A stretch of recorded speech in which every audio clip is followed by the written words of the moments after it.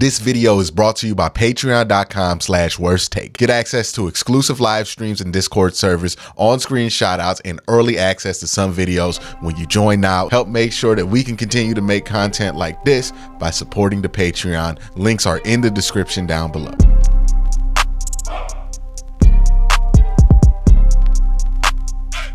Well, I just had to switch up how these videos are coming out. What was supposed to come out today is not going to come out because some news came out. Not just some news, some pretty good news came out about Nick Chubb and the severity of that injury. Now, a lot of us were concerned about Nick Chubb when that injury happened, not just because it was an ACL tear and it's believed that that's going to end his season. It's that it looked like it was an abnormal ACL tear, the type of ACL tear that combines with patella tear, that combines with like all your ligaments getting tear, the kind of tear that Nick Chubb had his freshman year at Georgia that really took him out for a couple of years. That's what we were worried about, or potentially ending his career, given that he's on the wrong side of 25, which sounds crazy to say, but you know, that's because how these things are, they get portrayed, especially in football where there's a lot of wear and tear, especially at running back where you take the most wear and tear. So we all know that injury was bad. We all know that that injury looked terrible, but as more and more information gets out, the information that we're hearing is good. Now, at first, people were really worried. It sounded like he was going to have 2 surgeries. I'm not a doctor, so I don't know what the standard operating procedure is, if that was just a normal thing that they were suggesting. And since we're unfamiliar, we freaked out. But here's what we've heard today, and this comes directly from Ian Rappaport. And this is great. I cannot tell you how good this news is. So we're going to start with the headline on the tweet. Nick Chubb's prognosis is far more optimistic than it originally appeared. Sources say he suffered a torn MCL, and while there is damage to the ACL, it's not a given that it will need to be fully repaired. He plans on a full recovery. So again, first thing we were worried about was, did he tear everything in that lower extremity? It sounds like the only muscle that tore, and this is confirmed through the MRI, is the MCL. The ACL is intact. They know that they're going to have to do, you know, it's going to have to be repaired maybe a little bit, or maybe it can just heal on its own. But that's what we know. Ian Rappaport came back to quote tweet that and say, even if Nick Chubb does need an ACL repair, which is possible, realistic chance he will be ready for the season. Considering what it's been, this is good news. So the thought that Nick Chubb was going to have to be out a full calendar year, or even like 18 to 24 months because of that knee injury, that's now off the table. Worst case scenario, it's a normal ACL tear. He recovers 6 to 8 months. And by the time we're ready to start, you know, camp, he's back. So I can't tell you how important that is, right? A lot of us thought we weren't going to see Nick Chubb till maybe 2025. Now it's looking like the worst case scenario is that we don't see Nick Chubb until the start of camp next year. You might even get them a little bit early, because again, these timetables are based off of the average, and some athletes have good injury luck when it comes to recovery. And some athletes don't have the best. Look, if there's anybody who can come back from an ACL tear, not an ACL tear, my bad, an MCL tear in less time than what people expect, it's Nick Chubb. Right. We know what the work ethic is there. We know what he's been. We know what kind of a dog he is in the weight room. And a lot of the work that comes into recovering from an injury like that is a lot of weight work, a lot of just getting to the lift and doing the tedious stuff. We know Nick Chubb, he's going to be a superstar when it comes to his recovery. And also, it's important to note that that's an MCL tear, not an ACL tear. Right now, you would have to talk to an actual doctor to know what that's going to mean for his recovery and how he recovers there. But from my understanding of it, the MCL, injuring that doesn't necessarily have the same impact on your explosiveness if fully recovered as a ACL tear. So that's great. And also, not having torn all three of them, really good for him. You don't want him to come back super early. Like, I know I joked on Twitter, hey, Nick Chubb, knowing him, he could be in a position to come back by the playoffs, because 4 months recovery for him for a 6 to 8 month recovery, that's nothing, right? But, you want to take your time. You want to make sure he feels confident about it. He's not put in a position to re-injure himself and everything else. But again, I cannot tell you how important it is that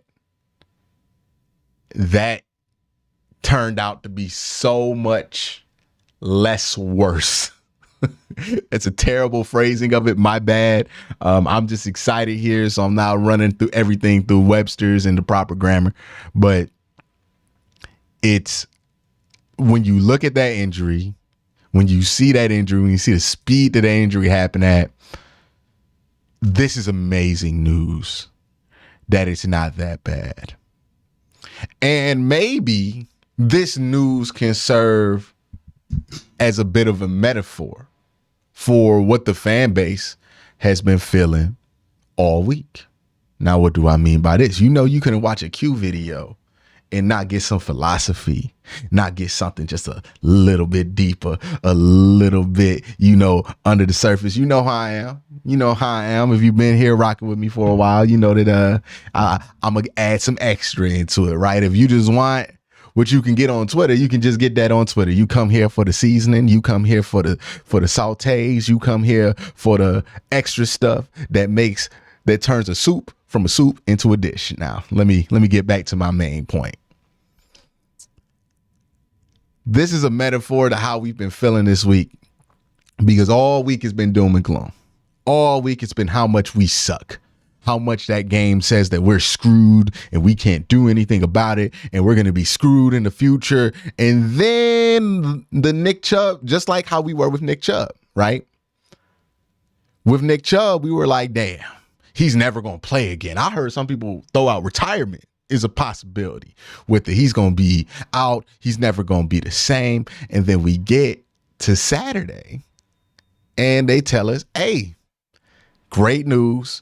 The recovery time is about 6 to 8 months pre-surgery. So that doesn't include after surgery. That includes from now 6 to 8 months. It's just a torn MCL. That's not great, but it's recoverable. It's comebackable, and it's full recoveryable. So it's not, a devastating knee injury or a career-ending knee injury. It's just a regular knee injury. We've seen it before. He's going to come back from it. And now we feel a lot better. Hell, some of us are back on that train, right? Same thing we could do with how we feel about the Browns right now. I've been trying to point this out. Look, yes, what happened on Monday was not great, but it wasn't the end of the world. That doesn't mean the season's over. That doesn't mean it's completely cooked with anybody's run here in Cleveland, coaching, player. It doesn't mean that everything's cooked. It just means that it was a bad day. But bad days often get recovered from. All of us have bad days. All of us have horrible performances. All of us have horrible days at work. But those days do not define you as long as you come back in and you focus on winning every day. So often when we're watching the Browns, when we're watching our favorite football team, even if your favorite football team isn't the Browns, we feel like the bad day defines us. How you bounce back from the bad day defines you. I'm not one to ever sit here and judge a human being based on what they did on their worst day. That's not. Everybody has horrible days. You could point to anybody watching this video. You could point to anybody who's made a YouTube video, point to their worst day, and make people feel like that person is a horrible person. Everybody got horrible, bad, ugly, nasty days that they would like to forget, that they're embarrassed about, and that they don't feel represent who they are. But that doesn't define you, right? It's how you bounce back. If you bounce back from that bad of a day and you decide to act like that for the rest of your life, okay, that defines you. But if you decide to have that bad day, to recognize that you were embarrassed in how you acted, how you performed, and decide to fix it and come better and make that effort to be better, then as far as I see it, that's how I'm going to judge you. Based on what you try to do, not what's happened to you. That bad game happened. That doesn't define this team. That doesn't define anybody on this team. That doesn't define the coaching staff. That doesn't define the fans. All that means is that you had a bad game on Monday. The question is, are you going to have another bad game on Sunday? If you don't, all right, you bounce back. Now let's keep moving. Have another good game the next Sunday. Take that bye. Come back. Win again on Sunday. Next thing you know, that bad day is in the rearview mirrors.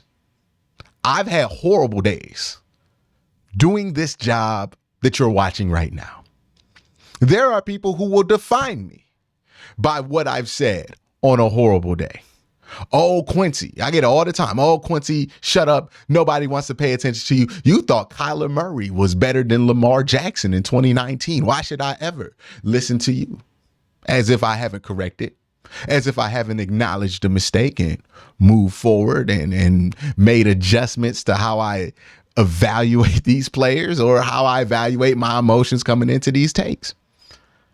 If you've been watching me for these 5 years, you know the Quincy that you see right now is much, much different than the Quincy that started this channel. I had different hair. I didn't talk as confidently. I didn't talk as smoothly. I wasn't as funny. Like, I hope y'all think I'm funny, but it wasn't the same stuff. You go back and watch my videos from 5 years. It's not the same thing that you're watching right now. It's not the same product almost. It's very different. My bad days don't define me because I make the effort to make sure that if I have a bad day, I try to fix what went wrong, acknowledge it, do the hard work, look at myself. Is it me that was the problem? Fix it, make that effort, and continue to be better. And what defines me is who I continue to be.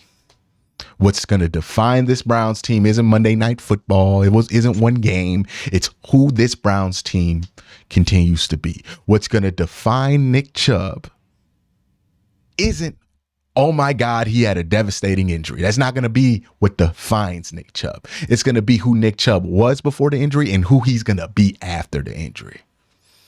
That's what defines Nick Chubb. That's what defines this team.